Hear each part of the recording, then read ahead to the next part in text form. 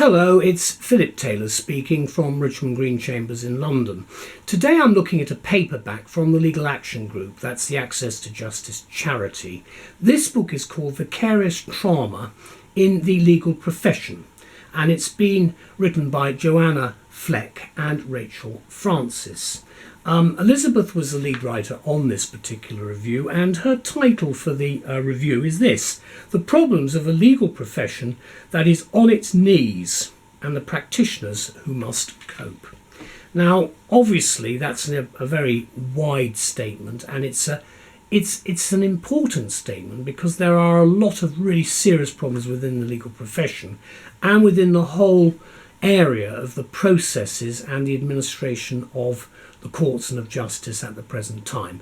And I'm looking now in the autumn of 2021 at the changes that obviously have occurred with the use of the cloud video platform and Zoom hearings, and the way in which the way we do our business as lawyers has dramatically changed. Let's look at the book first of all. It's only a small book, it's a paperback. There's the front of it, then there's the spine, and then on the back, you probably can't see very much on the back, but it shows you what the contents are. It's a practical guide to trauma, burnout and collective care. That's the subheading at the bottom. There's a short index at the back by page numbering. The pages, it runs to under 200 pages. There's some little bibliography, it's called Further Reading, books and various other practice tools. There's some various points at the back concerning effectively things like this is a professional quality of life scale in Annex A, looking at where we are at the moment with the profession and what's going on. There's some detail at the front about JOANNA and Rachel. Then you've got the actual front page itself. They both founded something called Claiming Space, which is a social enterprise that provides training, consultancy and peer support services. So they come to this from a very important point of view. There's a nice little quote just there. We only review books that we like, and we like this one. We thought it was a very important book. Then there's a very important foreword from Helena Kennedy, who will be known to many of you, Baroness Kennedy of the Shores. And we'll talk more about Helena in a minute. That was actually her foreword was actually written in January 2021.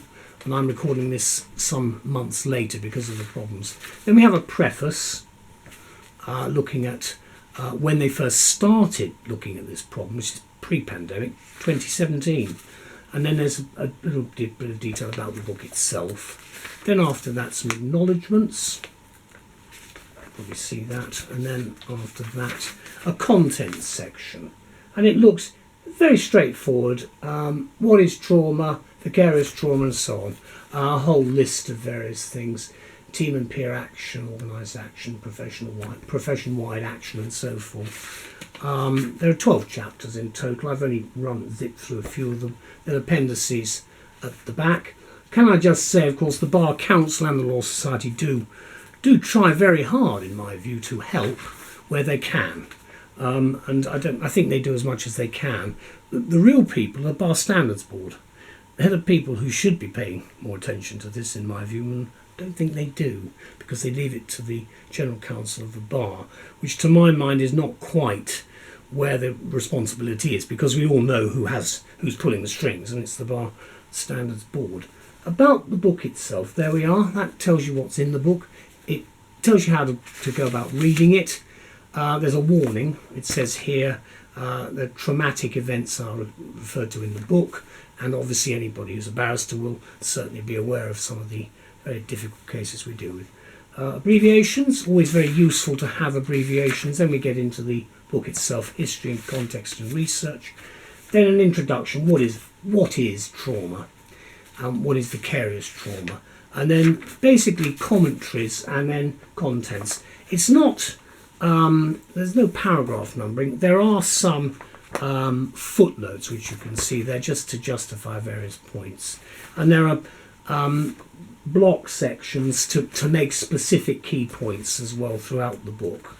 And then of course what you do have in the chapters, generally speaking, is a little in most of the chapters, is a short index to give you an indication of what is covered. So you should be able to find your way through the both the chapters and the index fairly well.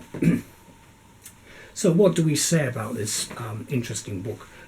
Sad to contemplate that it's no coincidence and no accident that this book bearing this title is and must be referred to as essential reading for anyone involved in any aspect of the legal profession, as legal services, whether being a solicitor, a barrister, or ancillary staff of any sort.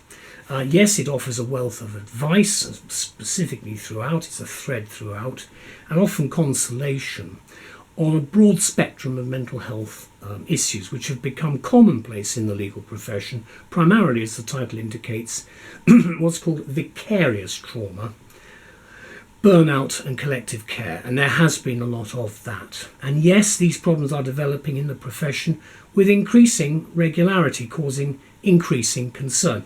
And I start off, and Elizabeth starts off, with comments from Baroness Helena Kennedy, Queen's Counsel, who summarises this quite unacceptable situation with a brilliant foreword to the publication.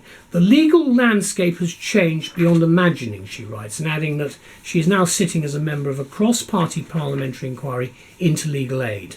And I'm glad to see that, because I've been a member in the past myself of the all-party parliamentary group on legal aid, and obviously they're looking into the desperate situation in our courts where there is a huge backlog of cases and a legal profession that's on its knees. Now, I make no apologies for this. I will say, and I know Helena's Labour and I'm a Conservative, but I will make no apologies for the fact that this is a problem which has perplexed governments of all different party political shades. It's got to be resolved. Certainly my party, and I know the other parties, are consistently raising the matter with members of Parliament, and I hope at some stage they'll do something about it. It's not as though we haven't tried as the practitioners to tell them that it's broken and we've got to do something about it. Hopefully with the end of the pandemic that will happen. Helena then goes on to refer to, in particular, younger lawyers who, even though they have studied and trained for 5 to 6 years, then cannot afford a mortgage or a reasonable place to live. Well, we all know what that's like. In short, they are adversely affected by long hours, last-minute cases, inadequate time to research and prepare, and an inability to make a decent living or afford a family. Now, that would sum up, in my submission, a lot of problems at the criminal bar alone. Forget the family bar and civil commercial, but that's really what the problem is, and it's a really serious problem which the 4,000 odd members of the Criminal Bar Association certainly are well aware of. And of course, with these and so many other factors emerging from this unsatisfactory situation, apologies for the understatement here, it's no wonder that the problems of trauma, burnout and other ills with incomprehensible names have now come to the fore. The publication then of this book from LAG, expertly researched and written by JOANNA FLECK and Rachel Francis, is therefore very timely, we think, coming at, as it does, at the end, well, middle end of the current part of the pandemic, when we're having to reassess what we're doing, working from home, the Zoom, all the other things that we've been dealing with, all of that's in the mix at the moment. So not unexpectedly, they comment, for example, about shifting from this mentality that is weak to speak out as if you are not coping. Now, again, that's a very important point, because there's been a lot of suffering in silence in this area, and I'm sure it will continue to a certain extent, because people want to be a success. They don't want to be seen to be whinging, and they want to be seen to be getting on with it. But it is reassuring to know that this book contains any number of helpful suggestions designed to facilitate sensible solutions to such problems. And I would mention specifically a number of organisations which can offer help, such as Law Care, the mental health charity for the legal profession.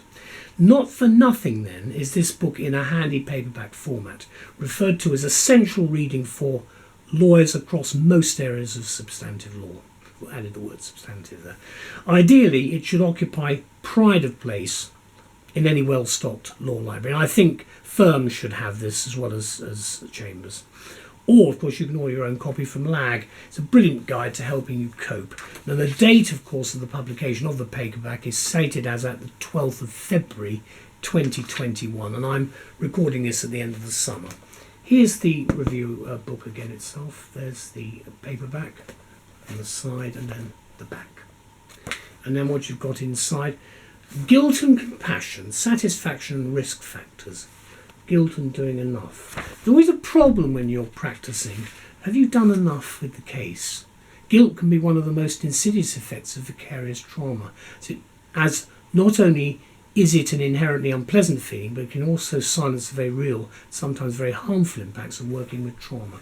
And then there are quotes.